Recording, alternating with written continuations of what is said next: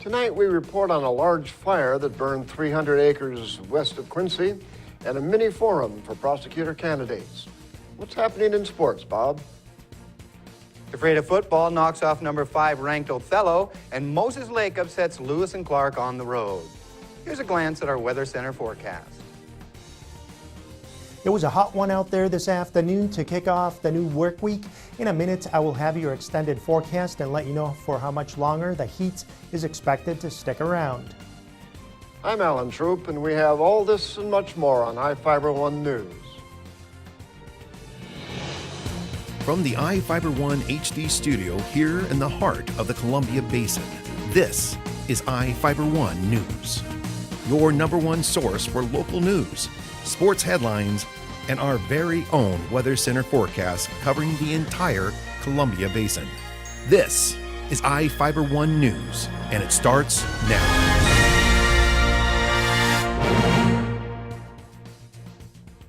A large wildfire burned about 300 acres about 6 miles west of Quincy and was contained this morning.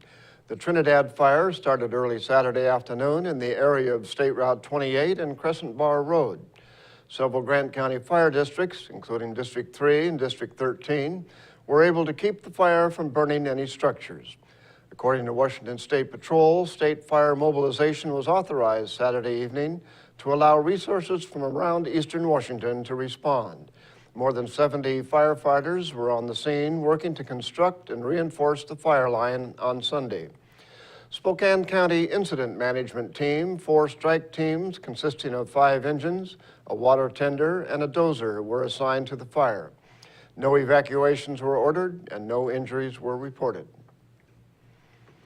Soap Lake hosted another powerboat race over the weekend. Reporter Joe Utter has the story.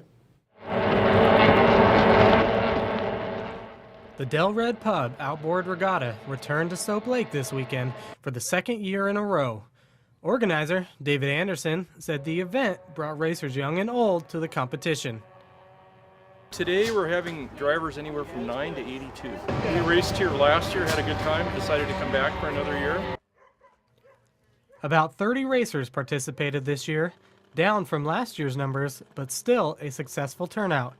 Anderson said the community has been supportive of the hydroplane races, and that support has drawn racers from across the state to the small town of Soap Lake. We have people anywhere from Spokane, Seattle, right here in town. There's a couple of racers right here from Soap Lake, pretty much from all over the state. I'm Joe Utter, reporting for iFIBER 1 News. Candidates for Grant County Prosecutor are answering questions and talking about their campaigns in the Moses Lake Chamber of Commerce conference room on Tuesday at 1:30 p.m. Vision 2020 is hosting the candidates forum. Incumbent Angus Lee and challenger Garth Dano will get a chance to speak, answer prepared questions, and answer a few from the audience. Vision 2020 meetings are always open to the public. People won't be allowed to use electronic cigarettes in most enclosed public places starting next year. The Grant County Board of Health passed an ordinance putting the prohibition in place after health district officials stated breathing secondhand vapor might be bad for people's health. The initial draft of the ordinance would have prohibited using electronic cigarettes in any public place, but a majority of the board members decided to allow using the devices in stores dedicated to selling the product. The change came after Sean McNeely, the owner of First Class Vapor, said it would hurt his business if people couldn't test different flavors. Moses Lake Irrigation and Rehabilitation District Director Ken Kernan has resigned. Kernan served as a director since being elected in December of 2012. He stated he plans to travel with his wife and agrees with the direction the district is taking. Kernan wrote in his letter, "I know that the current board's priority is the well-being of our lake and the impact its care has on the citizens of Moses Lake." Kernan's term expires in December of next year. The Grant County Board of Commissioners will be appointing a new director to complete Kernan's term. Now we take a look at people being sought by law enforcement.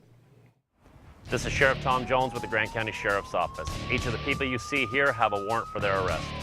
If you see any of these people, we ask you do not attempt to detain or apprehend them, but call us at 509-762-1160 or send us an email at crimetips@co.grant.wa.us.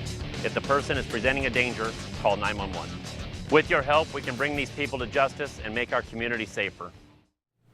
We'll be right back after this.